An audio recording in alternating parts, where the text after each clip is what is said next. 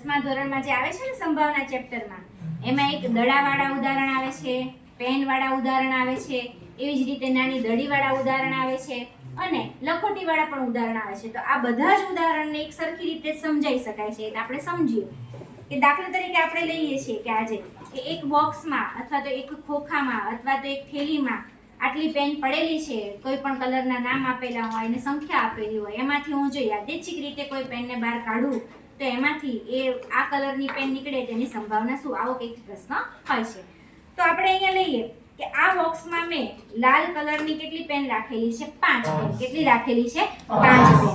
પછી એની અંદર બીજી હું 2 પેન રાખું છું પીળા કલરની, બીજી 2 પેન હું રાખું છું વાદળી કલરની અને એક પેન હું રાખું છું લીલા કલરની. તો આપણે પહેલા લખી દઈએ આમાં કે લાલ પેન કેટલી હતી? 5. વાદળી પેન કેટલી હતી? 2. પીળી પેન કેટલી હતી? 2. અને લીલી પેન હતી 2. એટલે કે કુલ પેન 5 ને 2 7 ને 2 9 ને 1 10. એટલે કે આપણી કુલ પેન અંદર કેટલી રહેલી છે? 10. એટલે કે કુલ પરિણામ એની સંખ્યા કેટલી થઈ જશે આપણી બધા માટે? 10. હવે પ્રશ્ન આપણે પહેલો એવો સમજીએ કે યાદચ્છિક રીતે, યાદચ્છિક એટલે રેન્ડમલી, ઇંગ્લિશમાં એને કહેવાય રેન્ડમલી, એટલે કે જોયા વગર એમાંથી કોઈ પેન હું બહાર કાઢું તો એમાંથી વાદળી પેન મળે એની સંભાવના શું?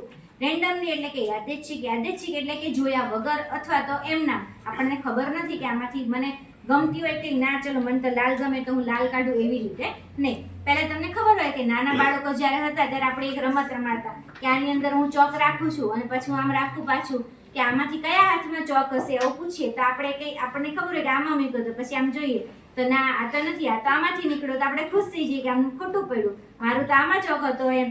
એવી જ રીતે આપણે પેન માટે સમજીએ કે હવે આ પેનમાંથી એટલે કે સોરી આ બોક્સમાંથી હું લાલ કલરની પેન નીકળે એની સંભાવના શું? યાદચ્છિક રીતે બોક્સમાંથી એક પેન બહાર કાઢતા જો એ પેન લાલ કલરની નીકળે તેની સંભાવના શું?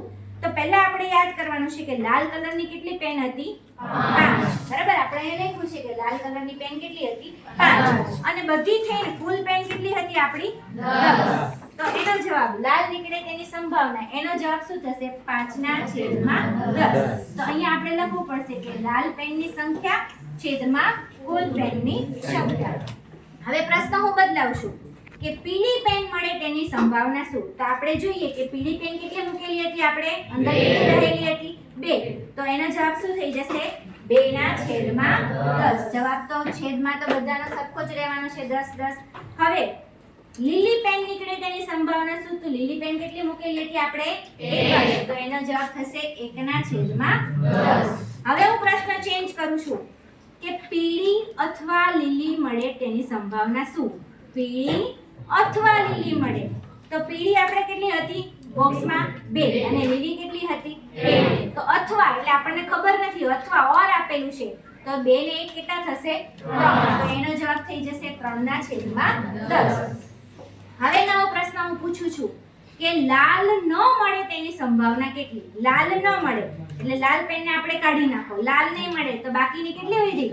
5. બરાબર, આ 5 માંથી જ કોઈક પેન મળવાની છે તો એનો જવાબ શું થઈ જશે? 5/10. તો આવી રીતે આપણે જવાબ આપી શકાય. હજી એક વધારાનો પ્રશ્ન પૂછું કે કાળી પેન મળે તેની સંભાવના શું? 0. કેમ કે કાળી પેન આપણે એમાં મૂકેલી હતી જ નહીં, આપણને આપેલી જ નથી કોઈ કાળી પેનની સંખ્યા, તો એનો જશે 0. તો એ આપણી માટે શું પરિણામ થઈ ગયું? અશક્ય પરિણામ, કે કાળી પેન હતી જ નહીં તો કાળી પેન નીકળવાની છે નહીં.